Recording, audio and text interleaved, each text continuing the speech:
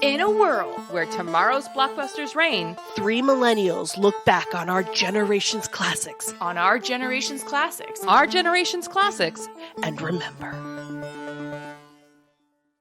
Hey everyone, welcome to Millennials in the Movie House, the podcast where three friends watch our generation's beloved movies of yesterday and review them from our modern adult perspective. I'm Betsy. I'm Tracy. And I'm Serena. And today we are talking about Chitty Chitty Bang Bang.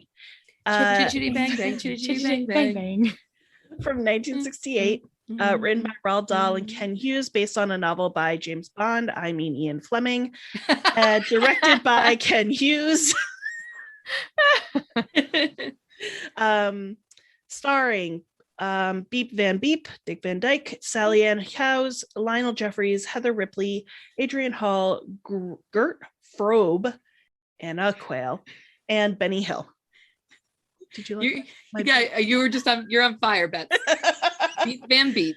I mean, honestly, I stole that joke from Family Guy, but what are you gonna do? All right, love it. So quick synopsis, Serena, go. Oh no, it's forgot. never turn to forget. Oh, the tables have turned. Oh no, I totally spaced. Okay. This was a long movie, but it was a fun movie. 2 hours and 22 minutes, I think it was. Yeah, that's insane. Can I insert something here? Please do. I'd be honored. It is one of the longest children's movies until Harry Potter came out. Mm-hmm. Wow. Mm-hmm. I love her fun facts. Tracy's fun facts. Fun facts. I'm gonna insert something here. Yeah, please continue. So it is a kid movie. All right. I wasn't 100% sure when I went into this. I'm like, it's kind of a kid movie, but it's a little dark. And there was this one scene where they like caged the children that I remember from watching this a couple years ago at your house, Trey. And I was like, did I make you watch this? Oh my God, we totally made her watch this movie. And it was like the one scene because I had fallen. This is one of our things where we did when I fell asleep. And I woke up to like children screaming and caged, and I was like horrified. And I'm like, then Tracy tells me that this movie is children were screaming. That's a different millennial movie. Wrong movie. Okay. And then she says I could watch this movie with my nanny kids. I'm like, but I was horrified when I woke up out of a dead slumber and saw that cage. That's the point. Okay. Yeah. Give the synopsis and then we'll get into it. Okay. So 1908, we have the Grand Prix, all the different countries, a crash. There's a car crash. The kids jump in the car years later. I want to say like maybe 15 years later. Because is it even a millennial at the movie house season without a car chase movie? Oh my gosh. I literally thought that same thing. I'm like, how many car racing movies have we seen in 3 seasons? Why is that like so prevalent in all movies? So weird. Yeah, so it's weird. Wild. And then there's a woman, she almost hits the children crossing, blah, blah, blah. Fast forward. She ends up falling for their father. Really sweet. But the dad, the children's, is he the dad? He is the dad, right? Yes. I'm like, hold on. This is a long synopsis. Tracy. She's killing me, Serena. What is like the point of the movie? What is So they fix the car up. The car takes them to magical lands. I think it was a dream. It was a story that the father was telling, but good job. Yeah, the story at the beach day. Or was it a story? I have comments about that. And the car went from broken down and not working to this magical epic, can float, can fly, can do all the things. And happy ending. Everyone is happy. The car works. The people are in love. That's it. I mean, if there's more than throw in, that's what I gathered from it. For 2.5 hours, the basic premise of this movie is a guy fixes up a car for his kids. Tells them a story. The end. Okay, why did you make that here that he's an inventor? Yeah, like that's his thing. So he's got like a couple of sticks that Yeah. Yep. And he's raising free range children, and it's free range children. I love that too. Yeah. Oh, the truant officer. What was it? What if they like running into traffic? Oh my gosh, the free range children. Wait, I love that. Did I miss that line in there, or did you just make that up? No, that's what it's called. Okay. Free range children. I must have missed that one.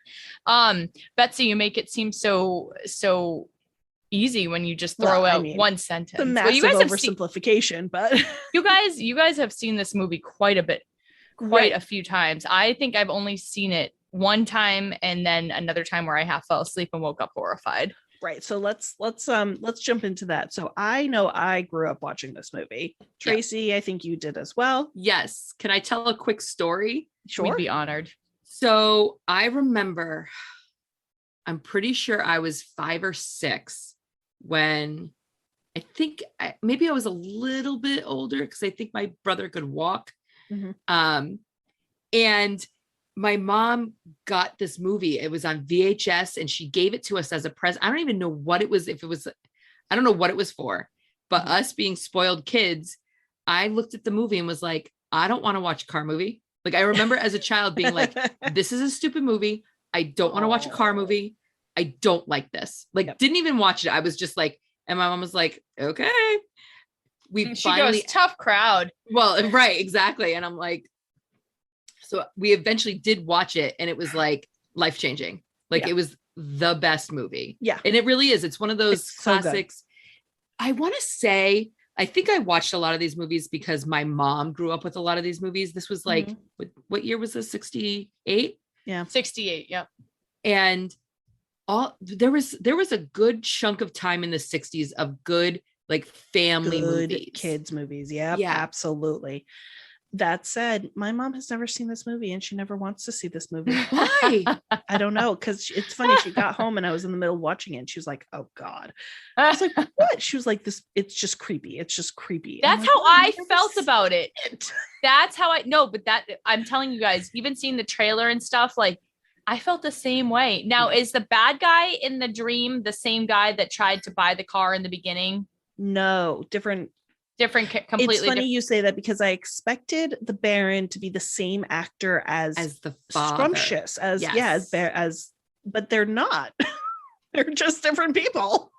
Two different people. Okay. I guess I got used to that type of style with like Jumanji. You know how Jumanji and actor and but this is a little bit similar to Jumanji. Does Hook in a way. do that? Is the father? No, Hook doesn't do it. I guess I'm thinking of Jumanji. Yeah. But this was 68 bets. Was this the first of its kind in that time frame, or were there other movies? I mean, this is a response film to Mary Poppins. Oh, right. Like whoever it was, the producers or the director, whoever, like they wanted to trying to recreate Mary Poppins in a lot of ways. And it's funny, controversial opinion. I like this movie better than Mary Poppins. Ooh. Wow. I know. Betsy. Okay. I know. I always go into Mary Poppins being like, oh, I get to watch Mary Poppins. And then something about it, I just lose interest in it. I always expect the music to be better than it is. Yep. And I am always pleasantly surprised by the music in this movie. This one is the music is catching. Very good. Catchy. And, the dance scenes are phenomenal. Yeah. So good. Yeah. I don't know. It's just the chemistry insert a fact here. Yes. Yeah. Okay. I love it. So during the bamboo scene, yes, they had to do it so many times or whatever, because I think they do it in one take. Yeah. So they had to do it so many times to get it right. And Dick Van Dyke hurt his leg during this. He snapped a ligament or something like that. And he went to the doctor and the doctor was like, yeah, you're full of arthritis. You're about to fall apart. You're literally falling apart. Not to mention he was a smoker. Bang, bang. He was into cocaine. Like he was a mess. He was an alcoholic. He was a mess. Alcohol. Yeah. And they were like, you're never gonna dance again. Yeah. And to this day, he's still getting up, walking on 2 feet, dancing. Listen, his scene in Mary Poppins Returns. Chitty, bang, bang. Let me tell you, when he showed up in Mary Poppins Returns, I was like, bless. Yes. Yeah. It was great. So. Okay. I didn't realize that he would. Okay. I'm going to look at both of those. That's a newer one. Mary Poppins Returns is more recent. Yes. Yep. Okay. So can we continue with Julie Andrews? I know, Bets, you've always wished that Truly was Julie Andrews. Yes. Aww. And I made a comment this time around. I made a note about it this time around because every time I watch this movie, I'm like, because I know that Julie Andrews was supposed to be cast and she wasn't. So they used her Broadway replacement or whatever. Yep. But like looking at it objectively now, I'm like, all right, I think my problem is it's not on Sally Ann House. I think she does what she can do. But so when they couldn't get Julie Andrews, my problem is they tried to pick somebody who could get as close to Julie Andrews as they could, instead of getting somebody who could make the role their own. Yes. That's my problem. Yep. That's all. That was good. That was a good point. I didn't realize that was I didn't realize. I mean, I love Julie Andrews. She her. refused it because she didn't want to be typecast as the nanny type character. And you know what? That's fair. And then I don't remember that makes sense when The Sound of Music came out, but she immediately was cast as another nanny. I think Sound of Music was before this. Was it before? Okay. Yeah. I can see that.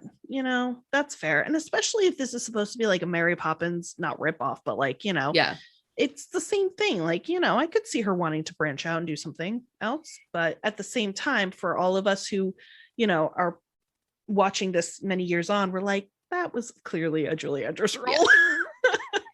Yeah.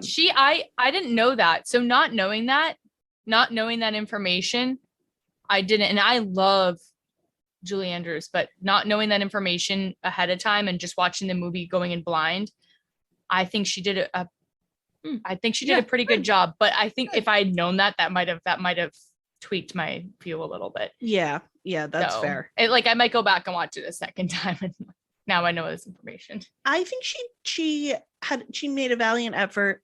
I think she's a theater singer more than a movie singer, which is the only other issue I have with her. When I see her on screen, she reads as a theater actor. That kind of throws me a little bit too. But other than that, I think she did what she could with the role, and it's fine. Yeah. Sometimes the singing's a little cheesy. Like she was singing in one scene in the dad. Yeah, the dad was like looking on. I just sometimes I get like think about this. Think about the one that she was in the garden. Maybe, and the two kids were sitting right there. Like no, when she's alone in the garden. Yeah. But like when they sometimes drop her it's cheesy though. That's my pee break scene. Okay. Always has been. But what about the one where she's sitting with the two kids and the father? Truly Scrumptious? Truly Scrumptious. No, at the beach. I like that. I like that one. Yeah. So it's just like I think about like, what if the three of us were sitting together doing a podcast and we all just stared into each other's eyes and broke into song? Like, how awkward is that? That's my dream. Are you kidding me? I sing all the time. When you go into a musical, you have to have the musical level of suspension of disbelief. Yes. It's different level than a non-musical movie. I will say I always find almost every musical cheesy except Sound of Music. I don't think it's cheesy at all, and I'm obsessed with all the songs, and maybe the movie just has a special place in my heart. Even like the duet that they sing in the vestibule. Which one? With Maria and the captain. I hate that scene. That scene's super. That might have been my pee break to me. Yeah, it might be. It might be. All right, let's bring it back. Chitty Chitty Bang Bang. So we all enjoyed this movie. Yes. Awesome. I like it when we all enjoy a movie. Yeah. It makes me happy. So real quick, Bets, you said the suspension of disbelief with musicals, you have to do that. Mm-hmm. So with your pee break scene, when she has this like her own song, so we find it's out in the fantasy, right? I know. Okay, I never noticed it before. This is the first time I ever registered that, and I'm like, is this part of the story? Is he telling the story of dropping off Truly, and then Truly has this serenade about him? Yes. Okay. Thank you. That's why I was like, a dream within a dream within a dream. He doesn't know she's doing this, or he's telling the story about this song that and I'm like, right. That was where, and that is also the reason why I know I always have issues defining where the fantasy story is and where the reality is in this movie. And that is one of the major reasons, and I never picked up on it, is because, I mean, it's all just a story. Right. Anyway. Right. Yeah. Right. No, I am totally with you on that. Yeah. Oh, okay. Anyway, why are we watching this as a millennial Yes. movie? I just wanted to, first off, we are just going classic millennials, the movie house for today. We're doing an old movie, Mhm. but also this is an instance where it's not a millennial movie, but every millennial has seen this movie. Yep. And has an opinion on this movie and Yep. is likely traumatized by this movie. Yep. So I think that's what it comes down to, Bets, is the trauma. it's the trauma. It's I the feel like trauma our for me. generation definitely has those traumatic movies that we grew up with. Yeah. Like Disney still was traumatic. You had the Yep. Land Before Time, even The God. Lion King. Oh, Yes. Littlefoot. Those are Mufasa. fantastic examples. And they yes. had that scary element of the scare, like truly scary bad guys. So Yeah. like in Fern Gully, like the Oh my God, hog Hexes. monster, and yes. like you had bad guys that you were afraid of. But, and I think I'm going to be butchering a quote somewhere, is that but what makes them good, and I think I actually do encourage even kids today to watch these movies, is that you see someone triumphs over these bad things. It's not telling you that dragons exist. It tells you that dragons can be defeated. Yeah. Exactly. Yeah, that is Which good. I think a like lot that. of movies today, they don't have. They sugarcoat things. They sugarcoat things a and lot. they avoid topics. And yeah, no, I got you. That's fine. All right. Anyway, okay. So back to it. What was everyone's favorite part? As an adult, do you remember your favorite part as a child? And what is your favorite part as an adult? I never saw it before, so I'll just say I think that there's two reasons for this. Okay, so I love the Chitty Chitty Bang Bang song. It's a great song. That literally might be my favorite part. Okay. That was what gave this movie any nominations. Yeah, right? so Like, it was like, nominated for for best song, and yeah, there was a couple of nominations. I don't know what it actually got for awards, but I was looking on Wikipedia. I love the song. Now, quick question, and this might be fun facts. I don't want to interrupt some fun facts, but have you girls seen, I think it's Ace Ventura 2? Yeah. And I mean, like as a kid, I saw. Well, it. yeah. I think it's Ace Ventura 2. He's in a rickety old car and he's with some guy who's scared crapless because he's literally like speeding, and he's like, the car's falling apart, and he's like, chitty chitty bang bang, and he's like singing it for like a while, you guys, for like, and I'm like dying because I looked on YouTube to see if I had dreamt this. It's a real, if you look up on YouTube like Ace Ventura 2 chitty chitty bang bang or something like that, it'll come right up. But I was just like, okay, secretly, like, I can't with him. He kills me. What's his name? Jim Carrey. He is so that's your point funny. of reference with this movie. No, but Ace Ventura 2. I mean, some people's it's Family Guy. Yeah, that is true. Yeah, which in one? a couple different episodes. Yeah. Like, Wait, you which know. one does a Family Guy? They do a take on, or the one that I think of is Old Bamboo is a bag of weed, I think is the name of the song that they do. That's one of their more famous musical numbers. I'm sorry. So Sarita, your favorite part about Chitty Chitty Bang Bang is the fact that it was in Ace Ventura 2. So your favorite part about Chitty Chitty Bang Bang is actually a scene from Ace Ventura 2. Well, no, it's the song. It's so catchy. And then I was like bobbing along to it, and I'm like, where have I heard this before? It's a great song. It is a great song. Yeah. So Tracy, go. Okay. I think as a child, my favorite parts were the inventions he had. Oh, okay. Like yeah. the breakfast machine. I love that. And then like the concept of a vacuum. I knew that in the movie it didn't exist yet, but he was inventing it. Yep. And so I thought that was funny. I think as an adult, my favorite part is just Dick Van Dyke. Like he kills it. He is just an amazing actor.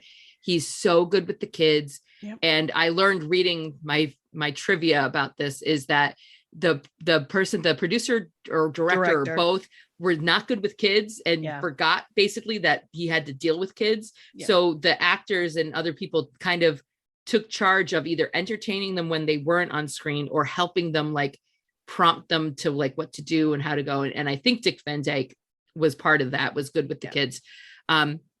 But right now, I think my favorite part is the grandfather. Oh yeah, I love. Can I describe? I mean, I know that you just said what you just said, but I think the grandfather has always been your favorite part. Yeah, it is. And I know for a fact it's one of my brother's favorite scenes is the posh traveling life. I mean, I think he sings that literally all the time. Right. Can I It's just such a read great song. Lionel Jeffries? First off, he was only, I think he was like either 6 months younger or 6 months older than He Dick was Van Dyke. younger than Dick Van Dyke. Yeah. Really? His No kidding. description, and it's because he went bald as a very young man, is one of the things that makes him look older. So his description on IMDb for Lionel Jeffries is, with his bald head, firm jawline, and bristling mustache, Lionel Jeffries played a nice line of English eccentrics. Yes. Yes. Trey, I have a question. Yes. Did the breakfast making machine give you Casper vibes? Yes. That's Okay. a good And in fact, I comparison. think I we did too. I don't know if we mentioned it in the podcast, but it did make me think of that. Yes. Good job, Serena. I was just like, full circle, guys. Let's bring it around. I love all right. Do you want breakfast. another full circle moment? Speaking of, Please. the old men, is I have referenced Chitty Chitty Bang Men at least once, if not multiple times in our podcast, because this is my reference for, and I quote myself from, God, whatever episode it was, a gaggle of old men. Oh my God, the gaggle of gaggle old of old men. men. I forgot about that. This is what I reference when I think of the gaggle of old men, specifically in Ball of Fire, when we watched the Yep. encyclopedia Yes. movie. I remember Yes. that. Yes. Yeah. So I this remember is the that one. reference of this is my first example of gaggle of old men. What's even funny is that I was like, what did I call these men? And I wrote down in my notes, gaggle of old men. And I was like, I know it was in at least one episode. So I re-listened to Ball of Fire. I recently And I listened to said that. in our podcast, gaggle of Gaggle old. of old I'm like, wow, Beautiful. okay, consistent. That's Beautiful. what I think Yeah. these people are. I love it. I love it so much. I gotta say about that scene, what's the name of the song that they sing? The gaggle of old men sing. It's Sweet Roses of Success or something like the that. roses of success. Yeah. This was the first viewing of this movie that I was like, oh, I like the song. It's a great Actually, song. a really good song. It's almost like inspiring too. That's like, it's Yeah. not failure. It's just learning how to, right. Yeah. Yeah. Because I remember as a kid, I'm like, oh God, it's a bunch of old men singing. I don't really care about that. yeah, no, it was brilliant. Yep. I also, so those old men, and then like the entourage that is it a baron or the king or whomever it is? the Baron The and baron Baroness. and the baroness, the gaggle of people they have with them are these very eccentric, like almost caricatures of Yes. people. And it adds to this world, this fantasy Yes, it world that does. I buy into. Yes. Same. Nope.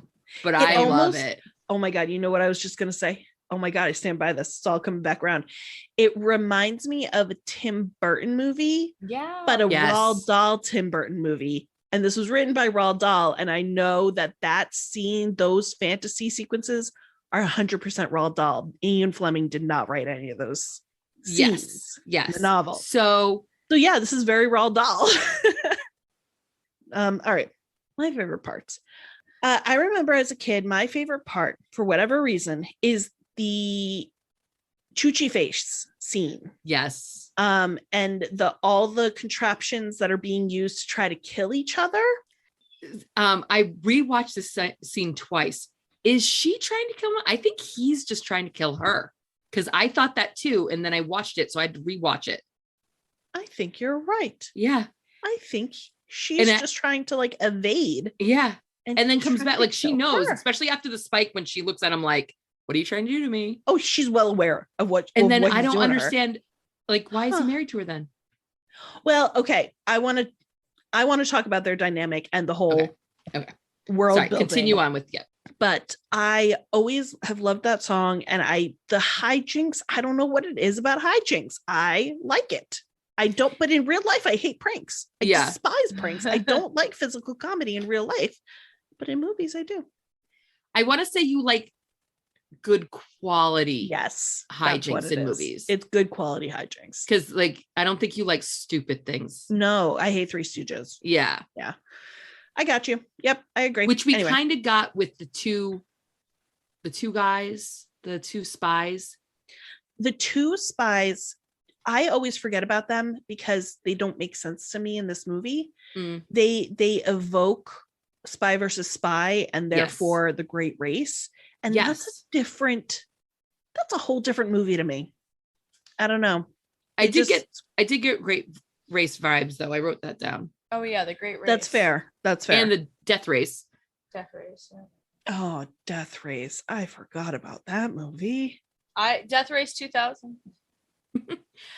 Which I have a question. I know I keep interrupting you, Bess, and I apologize. That's okay. In the very opening, they have the Grand Prix races. Yeah. They have two people driving, or they have a driver and then somebody else. And the only other place that I've seen two people drive like that is in the Great Race, where you have the driver and the navigator. Yeah. Why do you think, like, I want to say that was based in reality, that they had two people. Do you think you had like the mechanic? I wonder if it was actually in that instance, because if you notice, it was only in one of the races. Like, you go through 3 races, I want to say, and he's only has a partner in one of them. Oh, okay. I want to say it was actually maybe a reporter that was sitting in the car with him, because he was like taking notes and talking to the driver at the same time. I would have to rewatch it to kind of get that bearing. But yeah, I did notice that. I thought that was interesting. Because a navigator makes sense in the movie The Great Race, because right. But I mean, maybe with this too, I don't know. Maybe. I don't know. Anyway, my favorite part now, it's really tough because I qualify this as almost 2 movies, so I'm going to give 2 parts. Okay. The Mule Bamboo scene is the dance is just, oh God. If I'm watching this movie as background, I stop what I'm doing and I watch that scene fully every single time. And then the other thing I love is ambiance of the Baron's court. So the visuals, like the costumes and the set and the like even the facial hair and toys and like all of that whole vibe. Yes. I just love. Yep. And it's one of those things that I didn't really pay attention to as a kid, but as an adult, I'm like the ball room dancing. Yes. Where they the are slapping like of the hands, aggressively slapping each other. I'm like, what is this? This is amazing. Yeah. It's so weird. And you don't have to have that in a children's movie. Yeah. But they chose to put it in a children's movie. Agreed. Yep. I must also give a shout out to the child catcher, because you can't not reference him at least a little bit. You either love to hate him or you just love him. I mean, I think I referenced the "and all free today," like terrifying. I always hear you guys or somebody quote that. Says that. And why was he so terrifying? Because he was a ballet dancer. Yes, he was a ballet dancer. He is known for one thing in this world, and it is that. And honestly, I'd be proud if I was him. Yeah. So going back to the idea that and all free today, the other line that came out of, I mean, aside from all the songs, obviously, but the other line that, like, when I heard it, I was like, oh my God, that is like a sense memory right there. And the big brown bear went lolloping over the mountain. Oh my God, I can't believe you just said that. I don't know why that stuck out. Do you know how long I've tried to find what book he is reading? Did you ever figure it out? No. And this time around watching it, the next line is, "No, no, no," said the princess. Yeah. And some people online think it's a rendition of Snow White. But I have looked up, like, lulloping is such a, like, that is a searchable word. Yeah. You know? Yeah. And I have not been able to find it. Or, I mean, maybe I just need better Google skills, because I would love to own that children's book. Right. Yep. And say it exactly like that. And the great lolloping over the mountain. Yeah. So I know I just listed off my favorite parts, but the doll on the music box will always have a special place in my heart. Mm-hmm. Yeah, you guys talk about that before I had ever seen this years ago when I first started hanging with you girls. You talked about that. She said that was really hard choreography and she had to get it all in one go. That scene is a movie in itself. Yep. In a little way, because her choreography insanely hard, but she did a fantastic job. She had to do it twice. Like, even his choreography was difficult. He was on a string. Yeah, I Better didn't string quite work like. I than knew that. Beetlejuice, by the way. Oh, by far, and obviously he is, because he does some things that like a body just physically cannot do. But for as a child, it just never You don't occurred to me. question I it never saw at it. all. I don't question it at all. But it now I'm like, oh, obvious. Like, okay, all right, Right. that makes, I guess, me feel better that he's not like defying physics. Although Oh, if anyone because he was could on a during string. a dance scene, it would be Dick Van Dyke. But even so, and then you have their duet is so sweet and romantic. Like there's one point where he just pecks her, he like kisses her hand really lightly. And then there's like even a little moment of comedy Yes. at the end when she lifts up her hand, but also when he gets sidetracked by staring at himself in the mirror and, she pushes him. Oh my God. It's the only time that I always consistently laugh out loud at this movie. It's good. And I love it. Like all of those things. Plus, I always like reprises of songs. And it's a reprise of Truly Scrumptious. Yes. And I love that song because it makes sense because of her name. And you can sing it by yourself. It doesn't have to be about, you know what I mean? And it just, it fits in well. It just, everything was just beautifully came together. It was so good. I know I said earlier that I'm always pleasantly surprised by the music in this. I don't know what it is, but this time around, especially, I was like, oh my God, every song, almost every single song, it's just good. It's just good music. It's impossible to not sing her along. solo. Yeah, the only one, is her solo. It's just but you not don't catchy. like her solo? Yeah, no, it's well sung.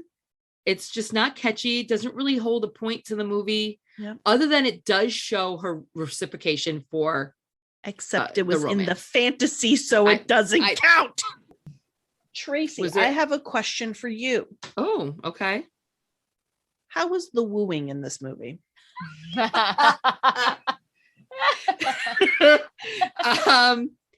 So I love it you asked her this. I do love it. I have issues with the timeline in this movie. She's speechless. She's speechless. She wasn't expecting the question. Yeah, no, it's because I have thought about this, but I didn't know the answer and I just bought it anyway. It's fine. Because the wooing happened in the story. Right. But that only happened. And I want to say it's when they came home that same day after the beach is when he got the money, right? Yes. So he came, the pretend, oh, no. It was out of the dream that the kid said, and then Daddy and Truly got married and lived happily ever after. Yes. And then he was like, oh, this is ridiculous. Why is this ridiculous? And then, so I have a problem with the timeline. However, when he goes running, she gets upset that he says it's ridiculous. And then when he runs back to get her, because he now feels like he's worth something to her, she is also coming back to him. So because it's that mutual, and they kiss, and then she's like, well, you have to marry me now. And I'm trying to think of, when was the period? That was the early 1800s, right? When like you couldn't even be in the same room with another person without. Well, and that's what I was going to bring up, was they went almost meta, in my opinion, in that last line, where, well, oh, you have to marry me now, because earlier in the movie, it's not a time period thing. It's a kid's sensibility thing. So the kids at one point when they're on the beach say, oh, they haven't even kissed, but when they kiss, they have to get married, because that's what kids think. If you're kissing, they say that at the beach. Yeah, the kids say it when they're looking, when they're like, they're spying on Truly okay. and okay, that's right. So so it's like that kid sensibility. So that's why at the very end she's like, well, you kissed me, I have to get married now, because and in my head I'm like, oh, that's them being like, well, the kids are watching, so because we kiss, we got to get married. But I was just curious about, because on the one hand they only knew each other for a few days, but on the other hand it still felt like they knew each other for a long time. Yeah, exactly. So it kind of worked. Yeah. Serena, next question is for you. Ooh, I like these like spot on questions. Oh no, I hate the pressure. Nope, it's just an opinion question. And I have one word. Come on. Can you not guess what my request is? Well, we've already is it talked about about music. I'm nannying? going to see about Is it about costumes. nannying? It's the fashion. Oh, Serena. I secretly love Truly's outfits. That's what I right thought when you were she gonna came say. out. Yeah, right when she came out on the scene. What was that, like a lemonade vibe? I don't know. She was just I like It's lemonade vibe. yeah, lemonade vibe. and she had It the big was. hat, but she rocked the big hat. Sometimes the big hat doesn't work. It worked for her. Yeah, I mean, I think that everyone else was just kind of whatever, but her outfits really did. I mean, she's supposed to have come from money or had been well off, so she's her got outfits. that sweet candy money. Yeah, she got. Wow. So, is that a quote that I missed? No, No. that I right love- there, Serena, is a It's a Tracy, original. Yep. Wink. Can I?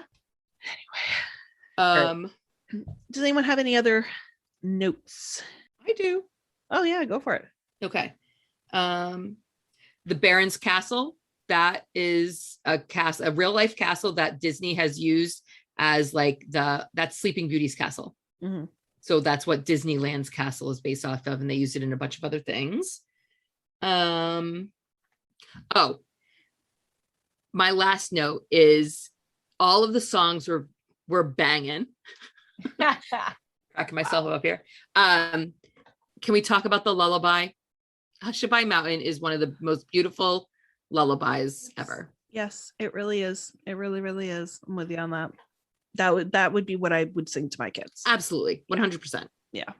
So the martini shot. Would you recommend this movie? Absolutely. Absolutely. Yes, I would. Okay. Favorite part of the evening. Let's see. Oh, I'm like, what? All right. The next movie we will be watching is Oh, snap. Get a Clue. Got a Ooh. clue. Yeah, Is that a decom? I think it's a decom. Isn't it? It's that the one with Lindsay Lohan and that kid who was famous for a minute. I've never seen this movie either. No. And I think this Ooh. might be our first made for TV movie. So this will be interesting. All right. So, this is going to be peak 2002 vibes. This is going to be amazing. Okay. All right. Thanks for joining us. If you like what you hear, you can find more great episodes over on our website, www.millennialsthemoviehouse.com, or wherever you find your podcasts. Curious about updates, extras from our episodes, or want to add your 2 cents about a reviewed movie? We're also on Twitter and Instagram. Our handle for both is @themoviemillies. Check us out and make sure to follow us. So until next time, We're millennials. And we'll see you at the movie house.